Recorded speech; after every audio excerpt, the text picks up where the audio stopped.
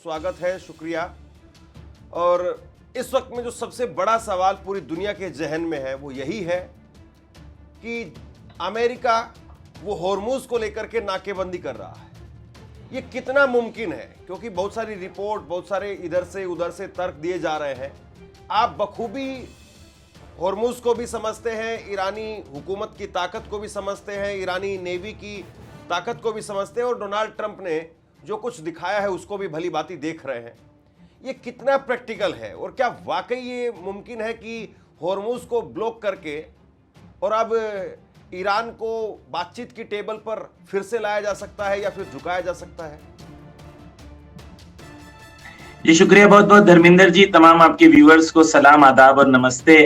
सबसे पहले तो मैं ये कहूंगा कि देखें, डोनाल्ड ट्रंप ने पिछले 20 दिनों में कोई भी ऐसी एक बात नहीं बोले हैं जिस पर वो अमल कर सके हैं।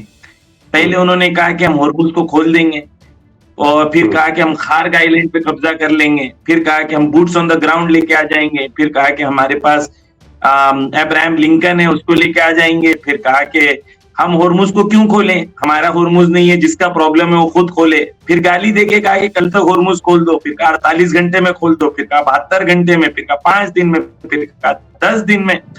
तो डोनाल्ड ट्रंप क्या बोलते हैं, क्योंकि उसकी कोई वैल्यू नहीं है, क्योंकि एक्चुअली वो कर नहीं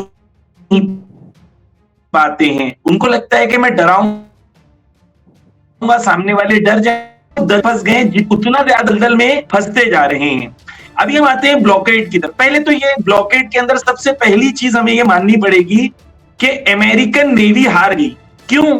क्योंकि अमेरिकन नेवी ने तो कहा था कि भाई होर्मुज पे हम आके कब्जा कर लेंगे, तो 45 दिनों में होर्मुज पे नहीं आ पाए, कब्जा नहीं कर पाए, तो ये तो मानना पड़ेगा उनको पहले।